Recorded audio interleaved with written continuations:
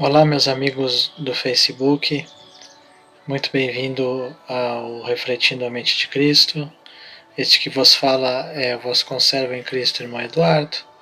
Eu venho aqui para trazer uma reflexão bíblica para você nessa tarde, que se encontra em João capítulo 1 e verso 1 a seguir. Eu peço que você desde já curta a página no Facebook do Refletindo a Mente de Cristo.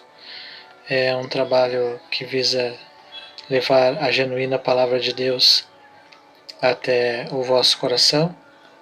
E também se inscreva no canal Refletindo a Mente de Cristo no YouTube. É só colocar ali Refletindo a Mente de Cristo que já vai aparecer o canal, aparecer os vídeos. E no Facebook também. Escrever ali Refletindo a Mente de Cristo você já encontra. É um trabalho que visa, como eu falei, a meditação na palavra de Deus. Meu desejo é que você seja edificado através desse material. Então vamos estar meditando em João capítulo 1, verso 1, que nos diz assim a palavra. No princípio era o Verbo, e o Verbo estava com Deus, e o Verbo era Deus. Ele estava no princípio com Deus. Todas as coisas foram feitas por intermédio dele, e sem ele nada do que foi feito se fez. A vida estava nele, e a vida era a luz dos homens. A luz resplandeceu nas trevas, e as trevas não prevaleceram contra ela. Houve um homem enviado por Deus, cujo nome era João. Esse veio como testemunha para que testificasse a respeito da luz, a fim de que todos vissem e viessem a crer por intermédio dele. Não era ele a luz, mas veio para que testificasse da luz, a saber, a verdadeira luz que vinda ao mundo ilumina a todo o homem. O Verbo estava no mundo, o mundo foi feito por intermédio dele, mas o mundo não o conheceu. Veio para o que era seu, e os seus não o receberam. Mas a todos quantos o receberam, deu-lhes o poder de serem feitos filhos de Deus, a saber, aos que creem no seu nome, os quais não nasceram do sangue, nem da vontade da carne, nem da vontade do homem, mas de Deus. E o Verbo se fez carne e habitou entre nós, cheio de graça e de verdade, e vimos a sua glória, glória como a do unigênito do Pai. Porque João testemunhou a respeito dele e exclamou: Esse é o de quem eu disse que vem depois de mim. Tem contudo a primazia, porquanto já existia antes de mim. Porque todos nós temos recebido da sua plenitude graça sobre graça. Porque a lei foi dada por intermédio de Moisés, a graça e a verdade por meio de Jesus. Ninguém jamais viu a Deus. O Deus unigênito que está no seio do Pai é quem o revelou. A passagem do início, a introdução do Evangelho de João, o Evangelho espiritual, o Evangelho que apresenta a Cristo de uma forma diferente dos Evangelhos sinóticos, porque mostra Cristo de uma forma espiritual, o Cordeiro de Deus, a videira, a luz do mundo, o caminho, a verdade, a vida, aquele que faz um rio fluir no interior daquele que crê. Esse Evangelho apresenta Jesus como o grande eu sou, apresenta um Jesus que nos leva a nós a adorá-lo pela sua grandeza, pela sua glória, pela forma como Deus usou João para escrever sobre Jesus. E aqui nós vemos no verso 1 e 2, quando fala que no princípio era o Verbo, e o Verbo estava com Deus, e o Verbo era Deus, e ele estava no princípio com Deus.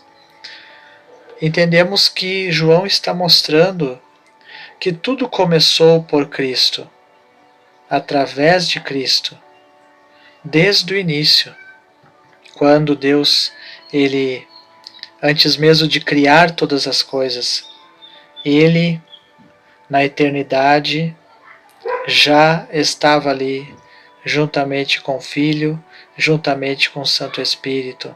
Sim, e você pode acompanhar em Gênesis capítulo 1 que quando o Senhor ele está no ato da criação criando, vamos ver que a terra era sem forma e vazia e o Espírito do Senhor já se movia sobre a face das águas. O Senhor existe desde a eternidade. E João mostra não somente isso, mas também mostra que a Trindade, ela existe desde sempre. Deus Pai, Deus Filho, Deus Espírito Santo, desde sempre existem e existiram. Isso nos leva a refletir que Deus, ele não precisa de nós. Às vezes somos levados a crer que Deus precisa de nós, quando na verdade ele é suficiente em si mesmo. Mas mesmo assim ele quis nos criar. E dessa forma, nós, como criaturas dele, é que dependemos dele, da sua misericórdia, do seu amor, da sua salvação, da pessoa bendita do Filho de Deus como nosso Redentor. E é isso que está nos demonstrando João. Está mostrando que tudo depende dele, tudo depende de Cristo. Não podemos tirar Cristo da mensagem central da Bíblia Sagrada. Por intermédio dele, nós vemos no verso de número 3, todas as coisas foram feitas. E se não fosse o Senhor, nada havia sido feito. E nós vemos que, então, o Senhor foi o Verbo, foi a palavra viva na criação, a palavra proferida, a palavra revelada, a palavra bendita. Louvado seja o nome do Senhor. Nós vemos isso e vemos que Verbo é a essencial palavra de Deus, a sabedoria, o poder, o ministro da criação. Que coisa maravilhosa! E sem ele, nada poderia ter sido feito. Veja, muitas das vezes o homem ele é tentado a se tornar autossuficiente, quando na verdade ele não está reconhecendo que tudo provém do Senhor. Que nós possamos reconhecer sempre essa verdade, que tudo provém de Deus, tudo vem do Senhor. Veja que a vida que está nele é a luz dos homens. Veja, Deus soprou o fôlego de vida em Adão, Deus deu vida para ele, Deus lhe concedeu a oportunidade de cuidar da criação também, de administrar as suas obras criadoras aqui na terra. Deus, ele deu todos os meios para Adão, em sua infinita bondade, porque ele assim o quis. E até hoje não é diferente. Se você respira, se você tem saúde, não pense que é por seus méritos. Se você conhece também a Cristo, está servindo o Senhor, não pense que é por seus méritos. Muitas vezes as pessoas se deixam se gloriar pela sua religiosidade. Vivemos num tempo em que o status religioso ele fala mais do que uma verdadeira espiritualidade na presença do Senhor. As pessoas vivem numa disputa, né, por querer dizer que são alguma coisa, mas realmente ninguém é nada se não for a bondade e a misericórdia de Deus. E Deus conhece aqueles que são seus. E Deus está dando oportunidades para as pessoas. Esses dias eu fui interrogado por alguém que me disse: se o Senhor tivesse pressa, ele já teria voltado. E aí, falando sobre o Senhor ser a luz dos homens, na verdade, o Senhor não voltou ainda, porque, como diz lá em Pedro, ele está dando tempo para o povo se arrepender. Ele está dando oportunidades para o povo se arrepender. Pedro, ele fala: o Senhor é longânimo para convosco, não querendo que ninguém se perca, não querendo que se percam, mas que venham ao conhecimento da verdade. Deus está dando tempo, e esse tempo é precioso, nós devemos aproveitar para a glória de Deus. E veja que as trevas não resplandeceram, não prevaleceram contra a luz. Isso é maravilhoso nós saber e ter a convicção. Por quê? Porque mesmo que nós enfrentemos as trevas, o mundo, Satanás, o nosso velho homem, ainda temos em Cristo a luz que nos guiará até o fim. As trevas não compreendem a luz. Se você também é luz em Cristo, Jesus ilumina a sua vida pelo seu poder e graça, você não vai querer estar no meio das trevas, mas você vai fazer a diferença nelas. Ou seja, você não vai se tornar trevas, mas você vai ser luz e vai expulsar as trevas aonde você estiver. E a questão para nós é: nós temos sido a luz aonde nós estamos? Jesus, ele falou: vocês são o sal da terra e a luz do mundo. Como você está? Você está iluminando o ambiente onde você vive? Através de Cristo? Através do poder de Deus agindo através da sua vida? Você tem sido um canal em que a luz do Senhor irradia? Isso é maravilhoso. Que nós possamos transbordar a Cristo onde nós estivermos. Nossa casa, nosso trabalho, nossa igreja. Você transborde a Cristo, aproveite a oportunidade que o Senhor está te dando. E seja a luz. E veja que as trevas também, elas não prevaleceram contra a luz, ou seja, elas não podem se apoderar da luz. Jesus, ele fala que as portas do inferno não prevalecerão contra a sua igreja. Isso é maravilhoso, porque às vezes a igreja de Cristo está numa luta, os servos de Deus estão numa luta, numa batalha, e pensam que vão sucumbir, mas não. A igreja do Senhor é capacitada por Ele, pela sua graça, pelo seu poder, e de forma nenhuma vai sucumbir. A igreja apóstata, a igreja infiel, aqueles que cederam a esse mundo poderão sucumbir, mas os verdadeiros servos eleitos, a verdadeira igreja, os filhos de Deus, não sucumbirão.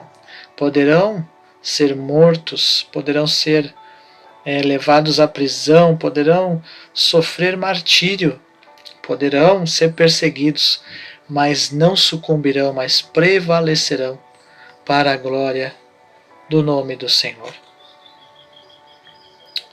E aqui nós vemos que no verso 6 e 7 e 8 também, Deus envia João Batista como uma voz, uma testemunha, aquele que veio cumprindo a profecia que nos dias do Messias viria com a virtude e espírito de Elias. E assim veio João Batista pregando a mensagem no deserto, uma mensagem de arrependimento, uma mensagem dura. A mensagem de João Batista não é uma mensagem conhecida nos nossos púlpitos, não é uma mensagem conhecida nos nossos dias, em que é pregado sobre vitória, sobre prosperidade, sobre bênção. A mensagem de João Batista, ela traz consigo o princípio para a salvação. Sabe qual é? Arrependimento. Sabe quando a obra de Deus começa na sua vida? Quando você descobre que você é um pecador. E essa era a mensagem de João Batista. Arrependei-vos, porque é chegado o reino dos céus. Então veja, João Batista, ele é o arauto do Senhor. Ele é o escolhido para trazer a mensagem de arrependimento. E João Batista, ele não vem com pompa, com grandeza, mas ele vem no deserto, num lugar de escassez de mantimentos, num lugar onde não há reconhecimento. Por quê? Porque ele é um servo. Um servo não busca reconhecimento, mas um servo busca agradar o seu Senhor. Olha só que contraste para nós nos nossos dias, em que nós vivemos um tempo em que muitos buscam um reconhecimento e não buscam mais fazer a vontade do Senhor. Você quer um reconhecimento de quem? Você quer o reconhecimento dos homens? Saiba que isso vai lhe decepcionar. Os homens vão lhe decepcionar. Agora, se você busca ao Senhor de coração e busca ser conhecido dele, saiba que ele se revelará a você. E ser conhecido no céu é infinitamente mais maravilhoso do que ser conhecido e reconhecido na terra. Os grandes homens de Deus no passado não buscaram esse reconhecimento terreno. Você não vai ver Paulo, quando se converte, voltar a Jerusalém para pedir o apoio dos apóstolos, mas ele segue o caminho que o Senhor traçou para ele. Você vai ver o grande reformador Lutero, quando afixa as teses no castelo de Wittenberg, ele não consulta ninguém, ele simplesmente segue a vontade do seu Senhor. Você vai ver Calvino não abrindo mão de suas convicções para pastorear Genebra. E quando os irmãos chamam Calvino para pastorear Genebra, ele manda uma carta dizendo: olha, eu irei. Era a segunda vez que pediam para ele pastorear Genebra. A primeira ele foi rejeitado.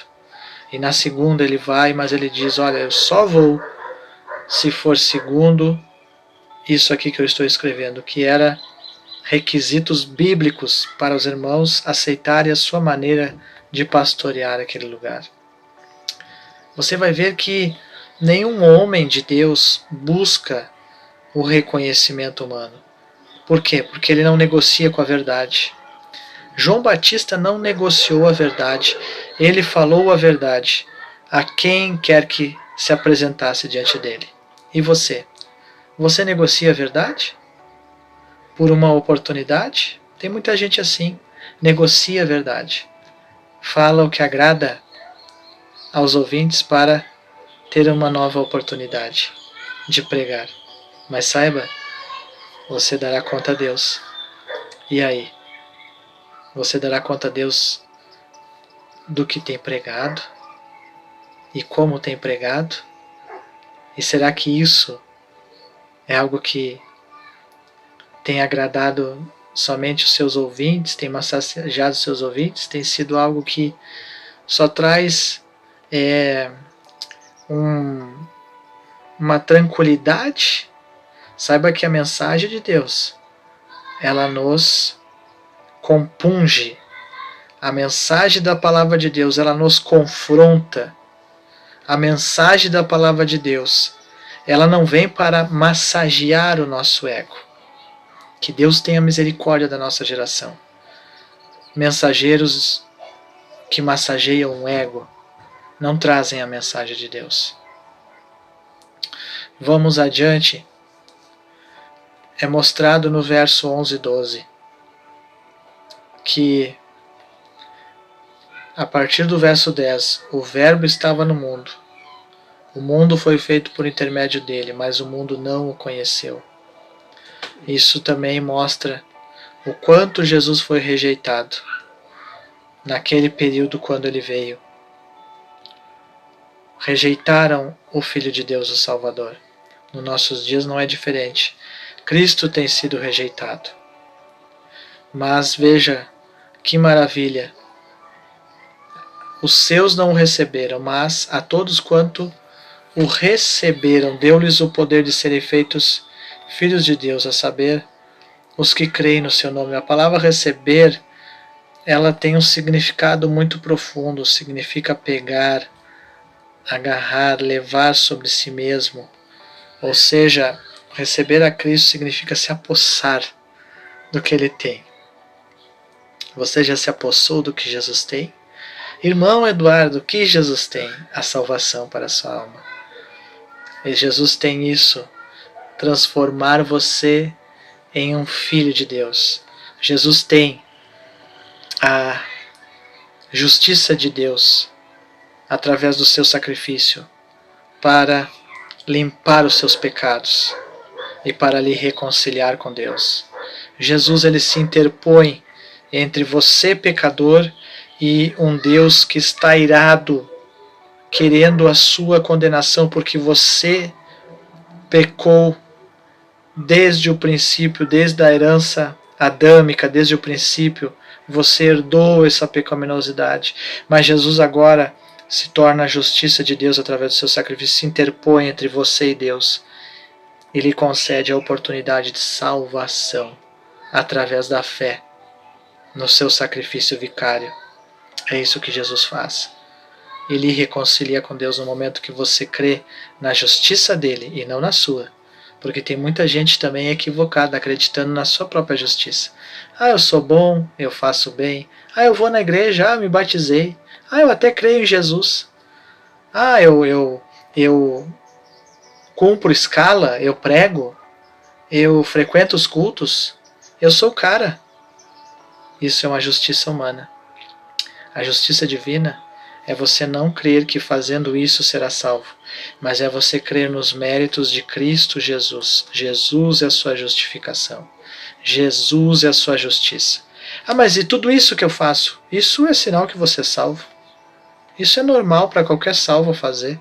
Seria algo fora do comum se você não fizesse. Agora, não tem nada demais nisso. Jesus falou aos seus discípulos, olha, quando vocês fizerem tudo que vos foi mandado, dizei que são servos inúteis, porque fizeram só o que vos foi mandado fazer. Então isso que você faz não é justificação diante de Deus, apenas mostra que você é um servo. Você realmente é um filho de Deus, por isso você vive dessa maneira. E você não tem que também ficar pensando, ah, eu aceitei Jesus para ir para o céu. Isso aí é o maior equívoco que existe. A verdadeira comunhão e a salvação na vida de um homem, de uma mulher, é ele ter prazer em saber que é salvo para ter comunhão com Deus. Então eu sou salvo para ter comunhão com Deus, eu não estou preocupado em primeiro lugar em negociar o meu lugar lá no céu, mas eu vivo agora o reino dos céus na minha vida. Isso é salvação. Agora, o céu, glórias a Deus, é a consequência do reino dos céus que eu vivo aqui agora. Eu não estou barganhando nada, eu sou um filho de Deus, eu vivo com prazer o reino aqui. Eu não estou negociando que eu tenho que ser fiel aqui para chegar lá, não, eu vivo aqui com prazer na presença do Senhor e um dia Ele me levará para a sua glória. Que maravilha! Filhos de Deus, não é pouca coisa. Não nasceram do sangue, nem da vontade da carne, nem da vontade do homem, mas de Deus. Quem te chamou? Homem? Igreja? Pessoas? Não. Quem tem que realmente lhe dar a certeza, e você tem que ter a certeza do seu chamado, é em Deus, não em homens. Não firme seu chamado em homens. Tome cuidado com um chamado fundamentado em homens. Tome cuidado. Nosso chamado está fundamentado no Senhor, somente nele. E João, então, verso 14, 15, 16 e até o 18, ele mostra, não é, a grandeza do Senhor habitando entre eles e eles sendo testemunhas oculares do que o Senhor fez na vida deles, do que o Senhor trouxe até eles. Graças a Deus. Mas isso fica para o próximo vídeo. Eu agradeço você que assistiu esse vídeo. Desejo que Deus lhe abençoe. Vamos fazer uma oração agora para encerrar. Senhor, meu Deus, meu Pai, muito obrigado por estarmos aqui meditando na Tua Palavra. Que o Senhor possa abençoar, Senhor, para que, Senhor, esta palavra fique no coração de cada um que estará ouvindo. O Senhor renove e fortaleça a nossa vida na Tua presença, pelo poder da Tua Palavra, pelo poder do Teu Evangelho, Pai. Eu te peço em nome de Jesus, Teu Santo Espírito seja derramado com poder, com graça sobre a vida de cada um que está me ouvindo, em nome de Jesus. Amém. Deus te abençoe. Eu convido você novamente a se inscrever no canal no YouTube Refletindo a Mente de Cristo e também se inscreva na página do Facebook, no grupo Refletindo a Mente de Cristo, tá? Então, um ótimo dia, uma ótima semana, uma ótima noite em nome de Jesus. Deus abençoe. Amém. Deus abençoe a sua vida. Até o próximo vídeo, se Deus assim nos permitir.